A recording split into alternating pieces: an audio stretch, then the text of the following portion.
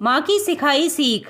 अभी अभी ससुराल आई रूपा उपहार में मिली वस्तुओं को इस तरह हाथ से झपटकर ले रही थी मानो वह थोड़ी सी भी देर कर देगी तो उसका उपहार शायद कोई और ले लेगा। ससुराल से मिले गहनों को भी उसने समेटकर अपनी अलमारी में रखकर ताला लगा दिया और चाबी भी छुपा कर रख दी।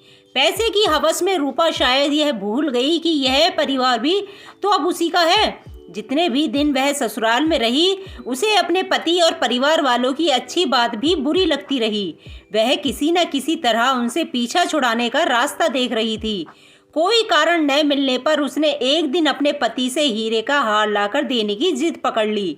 पति के लाख समझाने पर भी वह नहीं मानी। शादी के दौरान अत्यधिक खर्चा हो जाने के उपरांत एक मध्यवर्गीय पति हीरे का हार कहाँ से खरीद सकता है। पति के मना करने पर रूपा को अवसर मिल ही गया नाराज होकर घर छोड़कर जाने का। अपना सारा सामान, रुपये, पैसे, गहने, कपड़े सभी एक संदूक में भरकर रूपा ने अपने मायके की ओर प्रस्थान किया। पति के रोकने का भी उस पर कोई असर नहीं हुआ। अपनी जिद और दौलत के मोह तथा माँ की सिखाई सीख ने उसे कुछ भी और सोचने ही नहीं दिया। शाम तक वह अपने घर पहुंच गई। उसे देखते ही माँ अत्यधिक हर्षित हो गई। उसे गले से लगा लिया। माँ ने सबसे पहले रूपा से प्रश्न किया, अपना सारा सामान लाई हो ना? वहाँ गहने और रुपया छोड़ा तो नहीं ना? आजकल जमाना बहुत खराब है। बहू के जाते ही सास सारा माल दबा लेती है। अरे माँ चिंता मत करो, सब लाई हूँ। अपना और सासू माँ का भी थोड़ा बहुत पहनने का मांगा था, फिर लौटा ही नहीं, सब ले आई माँ। बस बेटा, अब जब तक वह हीरे का हार ना लाए वापस नहीं जाना है, समझी ना? हाँ माँ, जैसा तुम बोलोगी वैसा ही होगा। अगले ही महीने तुम्हारे भाई की भी तो शादी है, सब तैयारियां करनी है। काम काज में मेरा हाथ बटाना। माँ ने कहा। हाँ माँ, काम तो हो जाएगा। भाभी के लिए गहने बनवा लिए क्या?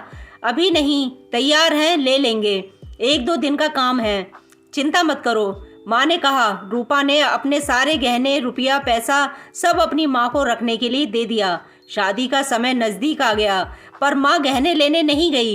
एक दिन रात को रूपा ने अपनी माँ को पापा से कहते हुए सुना, अजी तुम चिंता ना करो गहनों की, रूपा के गहने हैं ना, वह तो वापस आ गई है, क्या करेगी इतने गहनों का? वही गहने हम बहू को दे देंगे, आखिर हमारा एक ही तो बेटा है, सब कुछ घर में ही रहेगा। रूपा भी कभी कभी वही पहन लेगी।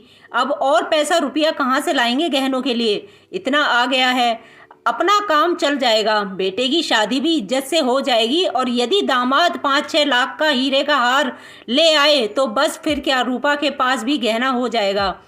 रूपा को अपने कानों पर यकीन नहीं हो रहा था, किंतु वह बिना सोचे समझे गलत कदम उठा चुकी थी। अब हीरे के हार की लालसा सदा के लिए उसके दिल से जा चुकी थी। तो उम्मीद करते हैं आपको ये कहानी पसंद आई होगी। तो आप सभी का बहुत बहुत धन्यवाद।